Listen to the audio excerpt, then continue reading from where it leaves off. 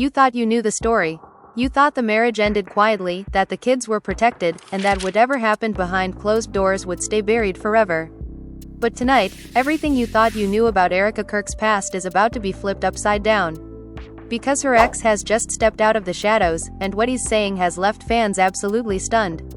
Sources say it started with a single off-camera conversation. One sentence, one pause too long, and then, the bombshell dropped. "I stayed silent for years," he allegedly said, his voice shaking, "but I'm done protecting a lie." From that moment on, there was no turning back. What followed has sent shockwaves through social media, group chats, and fan pages everywhere. Accusations, tears, confessions that were never meant to see the light of day. And at the center of it all, two kids caught in the emotional crossfire of a marriage that was far more explosive than anyone realized. Fans are shocked, friends are divided, and insiders claim the family is now facing its most painful reckoning yet. Behind the carefully curated smiles and red carpet appearances, there was reportedly a marriage unraveling in real time. Heated arguments that lasted until sunrise. Doors slammed so hard the walls shook. And decisions made in anger that may have changed the kids' lives forever. According to the ex, what the public saw was just the polished version, while chaos brewed behind the scenes. And then there's that allegation. The one nobody was ready for. The claim that made even close friends gasp and ask, why say this now? Why wait until this exact moment to speak out? Was it guilt, revenge, or a desperate attempt to finally be heard? As clips and quotes began circulating, emotions ran high. Some fans rushed to Erika's defense, insisting this was a bitter ex rewriting history. Others weren't so sure, especially after old interviews resurfaced and timelines stopped adding up. Suddenly, every smile looked forced. Every silence felt suspicious. And the kids? That's where things get truly wild. Because according to what's been revealed, they may have known more than anyone ever imagined. So buckle up, because this isn't just another messy breakup story. This is about secrets kept too long, lines crossed that can't be undone, and a family left divided as the truth threatens to tear everything apart. And trust us, this is only the beginning. The silence didn't break all at once. It cracked slowly, like ice under pressure, the kind of sound you don't hear until it's too late. According to people close to the situation, Erika Kirk's ex had been holding this in for years, watching from the sidelines as the narrative around their marriage was rewritten in real time. Every interview, every smiling photo with the kids, every carefully worded caption felt like another brick sealing his voice behind a wall. And then one night, after what insiders describe as an emotional trigger involving the children, he decided he was done. Done staying quiet, done playing the villain in a story he claims was never told honestly. He allegedly started by reaching out to an old friend, someone who had been there in the early days of the marriage, back when love still felt real and the future didn't look like a battlefield. "I can't do this anymore," he reportedly said, his words heavy, his tone exhausted.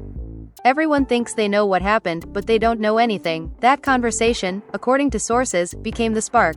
Within days, whispers started spreading. Within weeks, the bombshell was out. He claims the marriage wasn't just strained, it was volatile. He says arguments didn't just happen, they erupted. Voices raised. Accusations thrown like weapons. "We fought about everything," he allegedly confessed. Money, control, the kids. Who was the good parent, and who was messing them up? Friends who once avoided taking sides now found themselves replaying old memories, moments that suddenly made more sense. The awkward silences at dinners. The way Erika would smile while gripping his arm just a little too tight. The way he would suddenly leave events early, face pale, jaw clenched. According to him, the kids were always at the center of it all. Not protected, not shielded, but used as emotional leverage. He claims there were nights when arguments spilled into the hallways, when doors were slammed and tears were heard from behind closed bedroom doors that were supposed to be safe. "I begged her to stop fighting in front of them," he allegedly said. "I begged, but she told me they needed to learn the truth." That line alone sent fans into a frenzy when it leaked. What truth? And whose version? People close to Erika were quick to react. Some dismissed his claims immediately, calling them bitter lies from a man who couldn't handle losing control. Others stayed quiet, which only fueled speculation. Fans are shocked by how many insiders suddenly had no comment. Silence, after all, can be louder than denial. The ex claims the breaking point came during what was supposed to be a private family moment. A birthday, cake on the table, kids laughing, and then, according to him, a comment that cut deeper than anything before. He alleges Erika questioned his role as a father in front of the kids, accusing him of being absent, unreliable, and emotionally unsafe. I saw their faces change, he said. That's when I knew something had been broken. He claims he didn't yell back. He claims he went quiet. And that silence, he says, scared her more than any argument ever had. After that, the marriage reportedly entered what he calls the Cold War phase. No more explosive fights, just icy distance. Passive-aggressive comments. Lawyers mentioned casually over breakfast. Schedules changed without explanation. He says he started documenting everything, not to attack her, but to protect himself and the kids. I knew one day this would turn into a story, he allegedly told a confidant. I just didn't know who would be believed. When the separation finally happened, the public saw a clean break. Statements about mutual respect, promises to co-parent peacefully, smiling photos that suggested maturity and closure.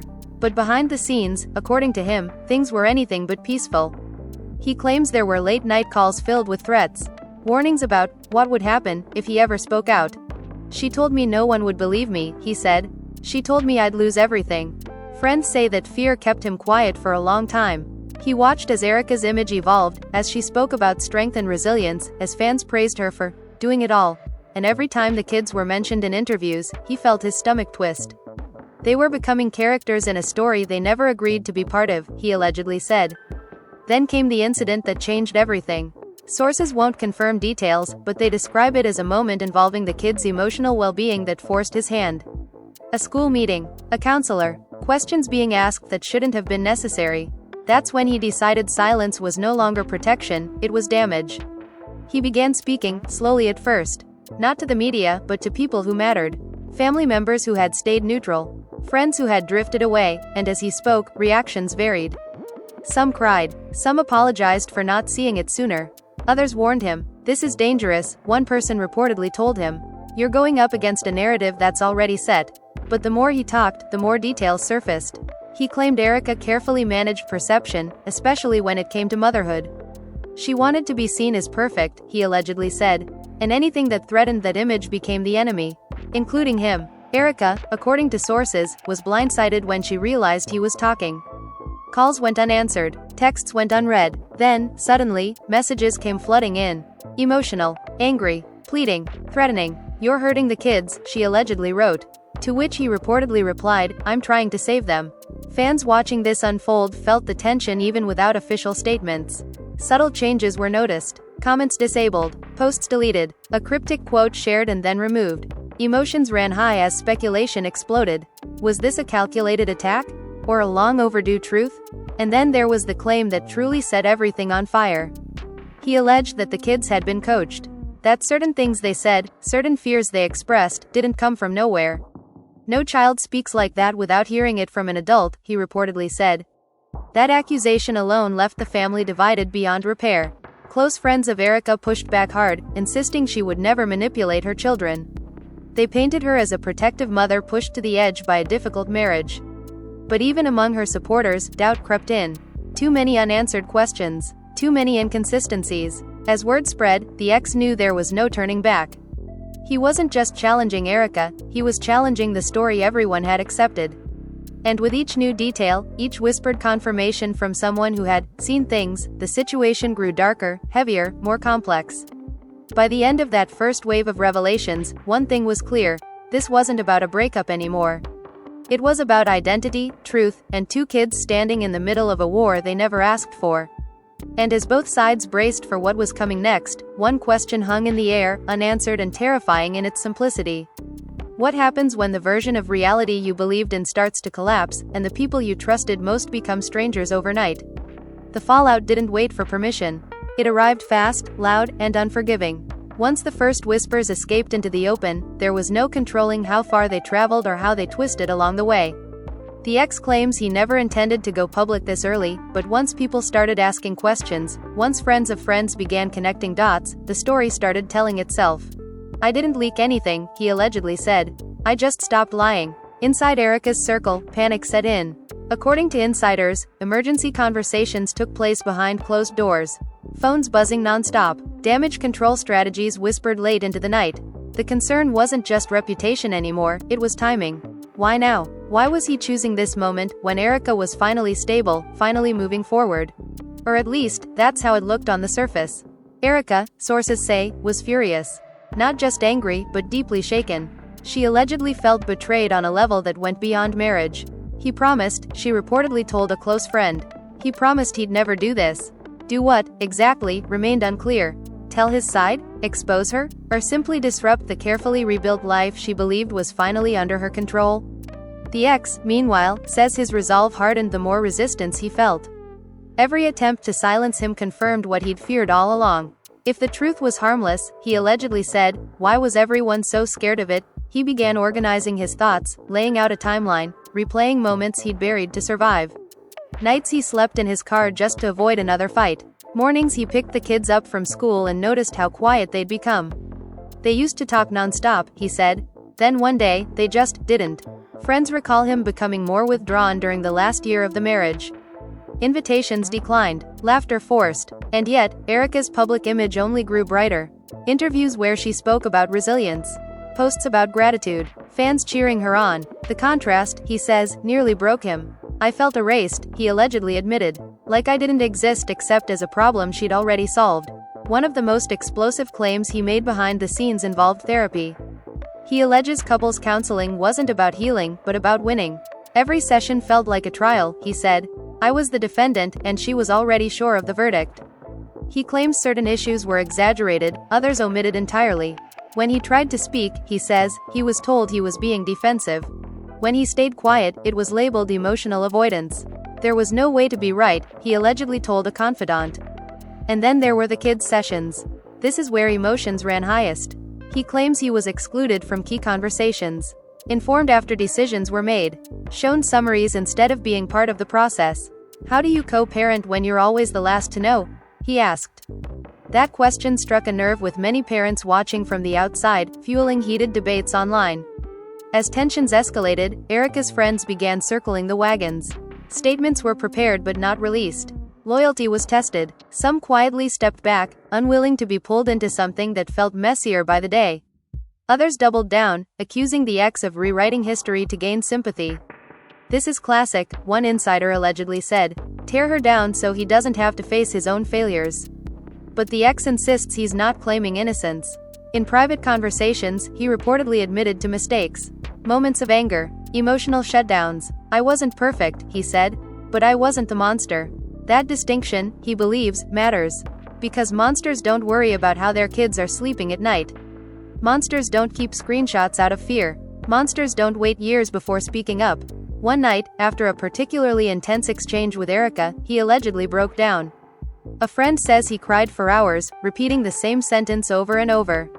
They're going to hate me. When asked who, he answered, everyone. But especially them. The kids. Always the kids. Erika, according to sources, felt cornered. She believed this was an attack not just on her past but on her motherhood. And that, she could not tolerate. She allegedly told a friend, I can handle being criticized as a wife. But as a mother? No. That line spread quickly among her supporters, becoming a rallying cry. How dare he question her parenting? How dare he bring the kids into it? But he insists the kids were already in it. They didn't ask for this, he said.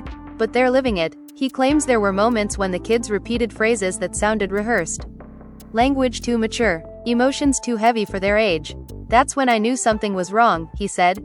Children don't talk like that unless someone teaches them to. That allegation detonated whatever fragile neutrality still existed. Fans were shocked. Comment sections turned into battlegrounds. Some accused him of gaslighting. Others demanded answers from Erika. The family was left divided, with relatives quietly choosing sides at birthdays, holidays, and school events. According to insiders, Erika confronted him directly after hearing that claim had spread. The conversation, described as explosive, reportedly ended with her screaming, "You're destroying us." To which he allegedly replied, "We were already destroyed. I just stopped pretending." After that, communication broke down completely. Lawyers took over. Schedules were revised again. The kids noticed. Teachers noticed. Tension became the unspoken third parent in every room. One source claims a child asked, "Why can't you just stop being mad at each other?" A question no adult could answer honestly without breaking something open. As the story continued to grow, the ex faced his own backlash. Friends distanced themselves. Work opportunities grew complicated. Some people warned him he was making a huge mistake. She has the platform, they said. You don't win this. His response was simple. I'm not trying to win. Behind the scenes, Erika struggled with the loss of control. For years, she'd managed the narrative effortlessly. Now, it was slipping through her fingers. Every silence became suspicious. Every smile analyzed. Even her most loyal fans began asking uncomfortable questions. Not accusing, just wondering. And wondering, in this case, was dangerous. By the time both sides realized this was no longer containable, the damage had already spread. The story had outgrown them. It belonged to the public now, shaped by fragments, emotions, and assumptions. And somewhere in the middle of it all, two kids tried to understand why the people they loved most couldn't be in the same room without tension thick enough to choke on. As the ex prepared himself for the next phase, he knew what was coming would be worse. More accusations, more disbelief, more pain, but he also believed something else. That once the door to truth is opened, even a crack, it can never be fully closed again. And whatever was about to come next would change everything in ways no one was ready for. What came next wasn't loud at first. It was subtle, strategic, almost surgical. According to people close to the situation, this is where everything shifted from emotional chaos into calculated territory. The ex stopped reacting and started preparing. He reread old messages, listened to voicemails he hadn't had the strength to open in years, looked at calendar entries that suddenly told a different story when placed side by side. "I didn't realize how much I'd normalized," he allegedly said. "You survive something, and your brain convinces you it was normal just so you can keep going." Erika, meanwhile, was doing her own version of preparation. Sources say she felt misunderstood, misrepresented, and deeply wounded by the idea that her private life was being turned into public speculation. She leaned heavily on a tight inner circle, people who reassured her that this was nothing more than a bitter backlash from a man who couldn't handle being left. "He's trying to punish you," one friend reportedly told her. "Don't give him what he wants." But what he wanted, according to him, wasn't revenge. It was acknowledgement. He claims that for years, his role in the family had been slowly rewritten. Not just minimized, but redefined. "I went from being their dad to being the problem," he said. And no one questioned it. He alleges that decisions about the kids' routines, schooling, even medical choices were increasingly made without him. When he pushed back, he was labeled difficult. When he agreed, it was framed as proof he didn't care. This imbalance, he claims, created a power dynamic that bled into every aspect of their lives. It wasn't just emotional, he said. It was structural. Friends who once admired the couple's partnership began noticing how rarely his name came up when Erika talked about parenting. It was always, "my kids," never, "our kids." At the time, it seemed harmless. Now, it felt deliberate. The kids themselves became quieter as the tension deepened. Teachers noted changes. Caregivers noticed mood swings. One source claims a child started asking questions that sounded more like adult concerns than childhood worries. "Are you going to leave too? Is this my fault?" Questions that sent chills down anyone's spine who heard them. The ex says those questions haunted him. "No kid asks that out of nowhere," he allegedly said. When he brought these concerns up, he claims he was dismissed. Told he was overreacting. Accused of projecting his own guilt. "She told me I was confusing them," he said. "But I was just responding to what I saw."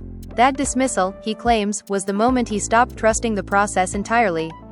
Erika, on the other hand, reportedly felt overwhelmed and attacked from all sides. She believed she was carrying the emotional weight of the family alone. Juggling schedules, managing feelings, holding everything together while being criticized for how she did it. "Nothing I did was ever enough," she allegedly told a friend. "And now he's trying to rewrite me as some villain." The irony, according to outsiders, was that both believed they were protecting the kids. But their definitions of protection were worlds apart. For him, it meant transparency and shared responsibility. For her, it meant control and consistency. Those two philosophies clashed violently when communication broke down completely. Then came the moment that insiders describe as the point of no return. A meeting, neutral ground, professionals present. What was meant to be a step toward clarity turned into another battlefield. The ex claims he raised concerns calmly, armed with examples and documentation. Erika, according to him, felt ambushed. "She said I was building a case," he recalled. "But I was just trying to be heard." Voices were raised, emotions ran high, and then, according to multiple sources, one of the kids spoke up. What was said has not been publicly confirmed, but those present describe the room going silent. Whatever it was, it shifted the energy instantly. No one could ignore it. And once that door was opened, it couldn't be shut again. After that meeting, lines were drawn. Not just between Erika and her ex, but among friends and family. Some relatives began questioning things they'd previously accepted without hesitation. Others accused the ex of manipulating the situation, using the kids as emotional leverage. Accusations flew in all directions, and trust eroded with every exchange. The ex says this was when he realized the cost of silence had become greater than the cost of speaking. "I was losing them either way," he allegedly said. "At least this way, I wasn't lying to myself." He began preparing for what he knew would be an uphill battle. Not just legally or socially, but emotionally. Because once you challenge a dominant narrative, you don't just get questioned. You get attacked. Erika's supporters rallied fiercely. They flooded social spaces with reminders of her strength, her sacrifices, her visible devotion to her kids. "Look at her," they said. "Does that look like someone who would harm her children?" The implication was clear. The ex's claims weren't just wrong, they were offensive. But doubt has a way of creeping in quietly. Some fans noticed inconsistencies in timelines. Others revisited old content with fresh eyes. Moments that once seemed empowering now felt carefully curated. Not damning, but controlled. And control, in a story like this, raised questions. Behind the scenes, Erika struggled with the emotional toll. Sources say she felt isolated in a way she never had before. Trusted people began asking careful questions instead of offering blind reassurance. "I just want this to stop," she reportedly said during a late-night call. "I want my life back." The ex, however, believes there's no going back. "You don't unsee what you've seen," he said, "especially when it's your kids." He admits there are nights he questions himself. Wonders if he's doing more harm than good. "But then I remember their faces," he said. "And I keep going." As tensions escalated, the kids were caught between two versions of reality. Subtle comments, conflicting explanations, emotional undercurrents they couldn't name but definitely felt. One source claims a child asked a caregiver, "Why do I feel like I have to choose?" That single sentence, according to those who heard it, captured the tragedy of the entire situation. By this point, the story had taken on a life of its own. Not just a divorce drama, but a larger conversation about power, perception, and parenting. People projected their own experiences onto it. Survivors saw red flags. Skeptics saw manipulation. And in the middle of it all, two parents convinced they were right and terrified of being wrong. As the ex prepared to take his next step, he knew it would be the most controversial yet. Something that would either validate his claims or destroy what credibility he had left. And Erika, sensing the shift, braced herself for impact. Because whatever was coming next wouldn't just change how the public saw their marriage. It would force everyone to confront a question no one wanted to ask out loud. What if both sides were telling the truth, but only one version could survive? The tension reached a point where even silence felt aggressive. According to sources, both sides were now operating under the assumption that anything they said or didn't say could be used against them later. Every text was reread, every call was calculated. The ex claims he began to feel like he was living inside a pressure cooker, waiting for something to explode. "I wasn't sleeping," he allegedly said. "Every time my phone buzzed, my heart raced." Erika, on the other hand, was said to be experiencing her own unraveling. Friends noticed she was more guarded, less spontaneous. Laughter that once came easily now sounded rehearsed. She reportedly confided in someone close, "I feel like I'm being watched all the time." Not by the public, but by the story itself. The narrative that was forming without her consent, shaped by fragments she couldn't fully control. And then came the documents. This is where things turned truly wild. The ex allegedly shared that he had kept records, not out of malice but survival. Calendars showing missed events he was blamed for despite being blocked from attending. Messages where he asked to be included and received silence in return. Voice notes that captured arguments he claims he never wanted to remember. When a few of these details began circulating privately, reactions were immediate and intense. Some people were horrified, others were skeptical. Anyone can save messages, one insider argued. Context matters, and that became the battleground. Context versus content, intention versus impact. Erika's supporters insisted that cherry-picked moments couldn't define an entire marriage. The ex countered that patterns don't lie. The kids, according to those closest to them, were becoming more visibly affected. Mood changes, emotional outbursts, sudden withdrawal. Caregivers reported confusion and anxiety. One source claims a child said, "I don't know what I'm allowed to say anymore." That statement alone sent shockwaves through everyone who heard it. Emotions ran high as adults realized the cost of their conflict was no longer abstract. Erika allegedly responded by tightening boundaries, limiting conversations, insisting on stricter communication rules. She believed this would create stability. The ex saw it as further exclusion. "Every wall she built pushed me further out," he claimed. and the kids felt it. A particularly intense moment reportedly occurred during a routine exchange. Nothing dramatic on the surface. Just a handoff. But according to a witness, the tension was suffocating. Polite words spoken through clenched teeth. Forced smiles. And then, as one child hesitated, unsure which direction to go, time seemed to stop.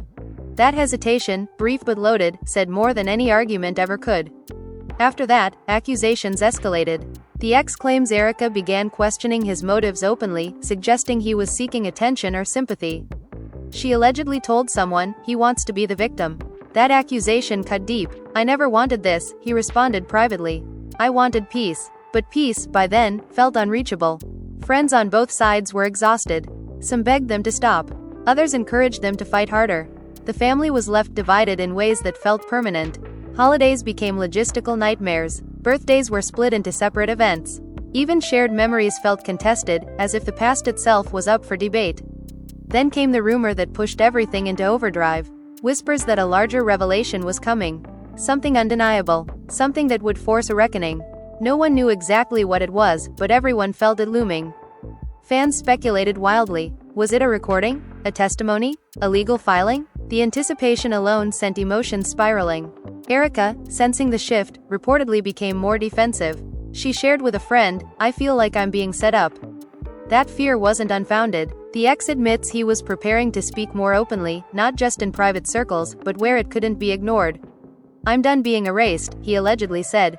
"If I stay quiet now, I'm complicit." But even he was conflicted. Late-night doubts crept in. What if this backfired? What if the kids resented him later? "I asked myself 1,000 times if I should stop," he said. "But every time I did, something else happened that reminded me why I started." As both sides braced for impact, the atmosphere grew heavier. Nothing felt neutral anymore. Every action was interpreted through suspicion. Every intention questioned. And the kids, sensing the storm, grew more cautious with their words, more careful with their emotions. By the time the next step was set in motion, there was no illusion left. This wasn't a misunderstanding. It wasn't a phase. It was a full-scale collapse of trust, playing out in real time. And whatever was about to be revealed next would not just deepen the divide. It would make going back impossible. The moment finally arrived without ceremony. No countdown, no warning, just a quiet decision that rippled outward like a shockwave. According to those closest to the ex, he woke up one morning with a clarity that scared him. "Today is the day," he allegedly said. Not because he wanted chaos, but because the waiting had become unbearable. Every delay felt like another compromise he couldn't live with. What he chose to reveal wasn't a single explosive detail, but a sequence.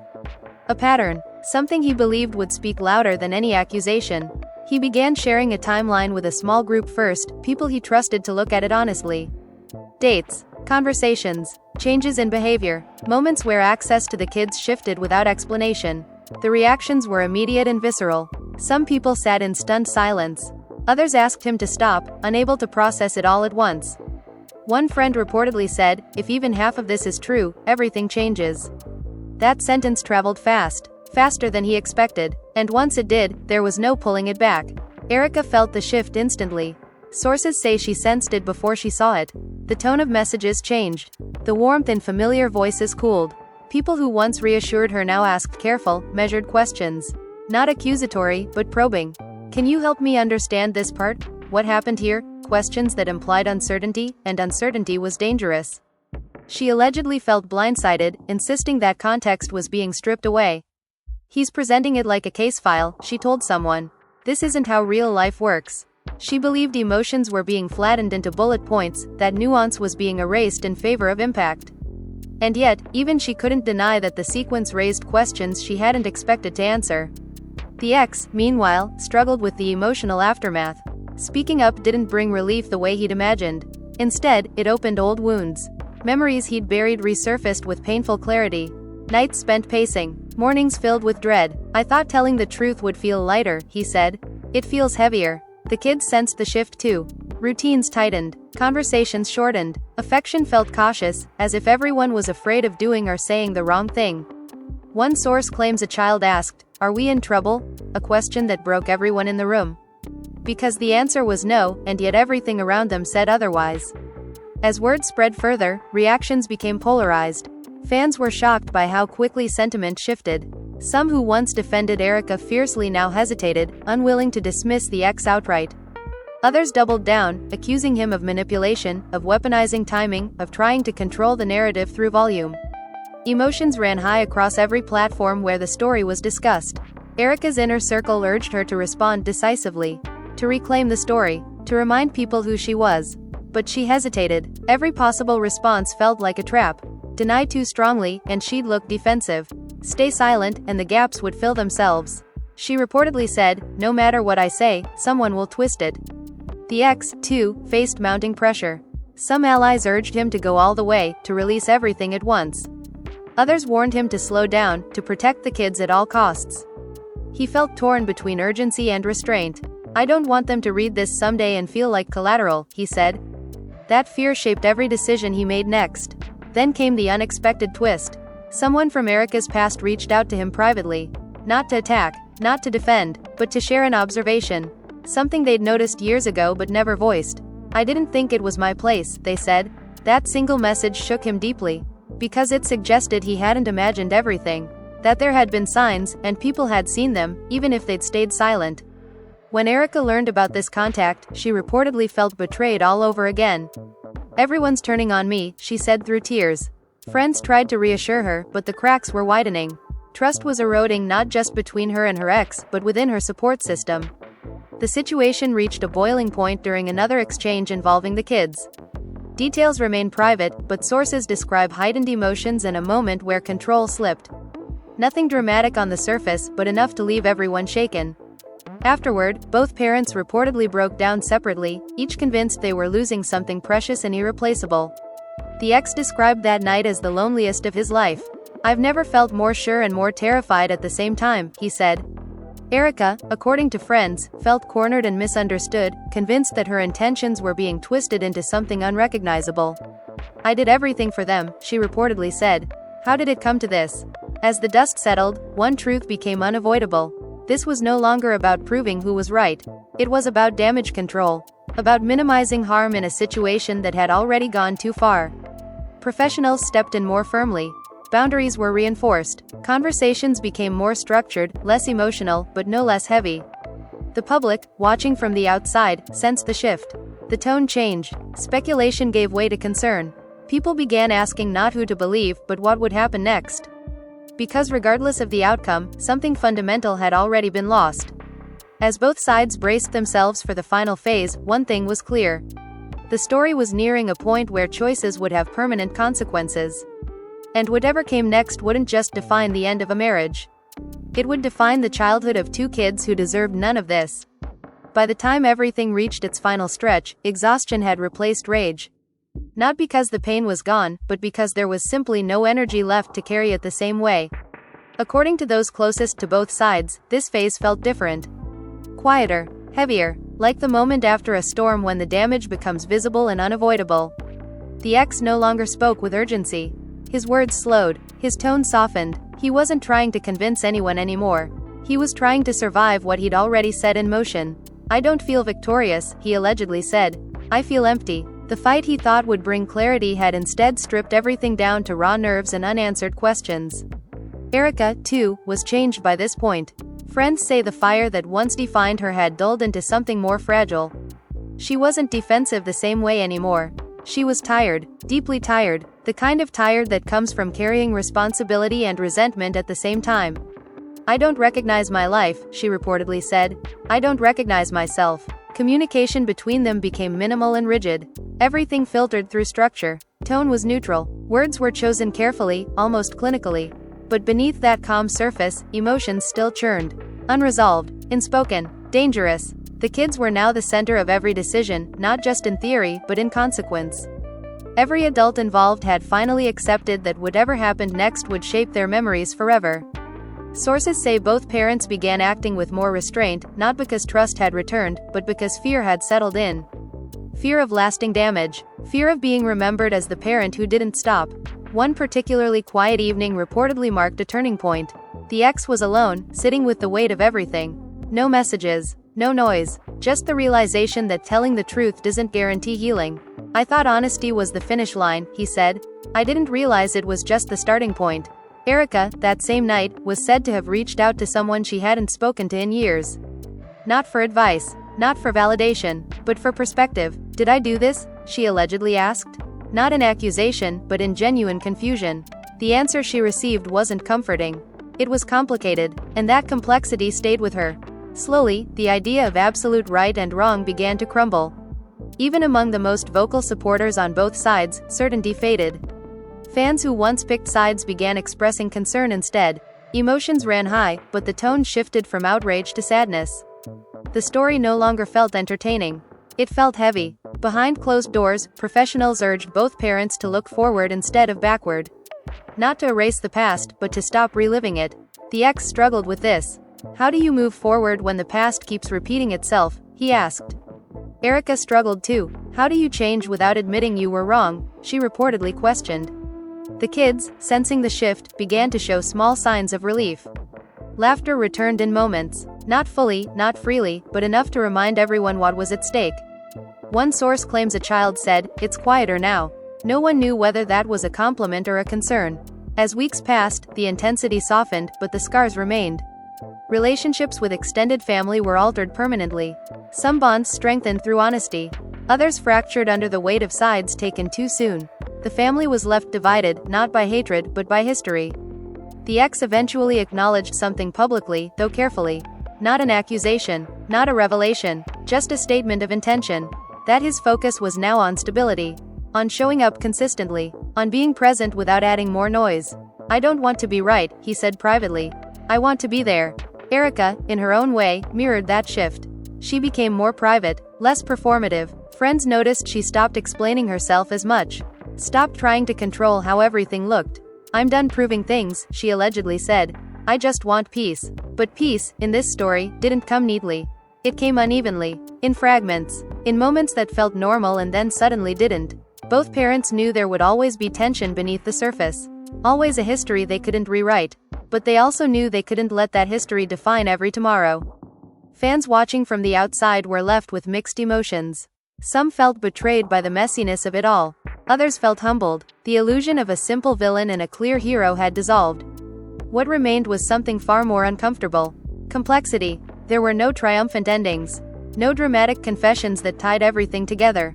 Just two people learning, painfully and imperfectly, that love doesn't disappear when a marriage ends. It mutates. It clashes. It lingers in places you don't expect. And the kids, at the heart of it all, continued growing. Unaware of how many strangers had debated their lives. Aware only of how it felt when rooms were calmer and voices were softer. That, more than anything, became the quiet measure of progress. In the end, the bombshell wasn't a single secret or accusation. It was the realization that damage doesn't always come from malice. Sometimes it comes from fear, control, silence, and the refusal to truly listen. And once that realization sets in, there's no dramatic finale. Just the long, difficult work of living with what's been said, what can't be taken back, and what still needs to be repaired. And now it's your turn. After hearing all of this, after sitting with the twists, the accusations, the silences, and the moments that changed everything, one question keeps echoing louder than the rest. What do you think is really going on here? Because this story isn't simple. It isn't clean. And it definitely isn't comfortable. Emotions ran high for everyone involved, and the family was left divided in ways that may never fully heal. Some fans are shocked by how quickly the narrative shifted. Others feel torn, unsure who to believe, or if there's even a single truth to believe in at all. And that's exactly why your voice matters right now. Do you think this was a long overdue truth finally coming to light? Or do you believe this was a bitter fallout that spiraled out of control?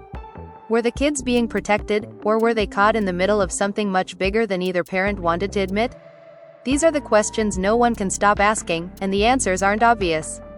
If this story made you feel angry, confused, sad, or even uncomfortable, you're not alone. Thousands of viewers are reacting in real time, debating every detail, rewatching every moment, and trying to piece together what really happened behind closed doors. And we want to hear from you. Scroll down right now and tell us your thoughts in the comments. No filters, no holding back. Do you see red flags? Do you see misunderstandings? Or do you see two people who lost each other long before the marriage ended? And if you stayed until the end, if this story pulled you in and kept you thinking, make sure you hit that like button. It helps more than you know, and it tells us you want more deep dives like this one.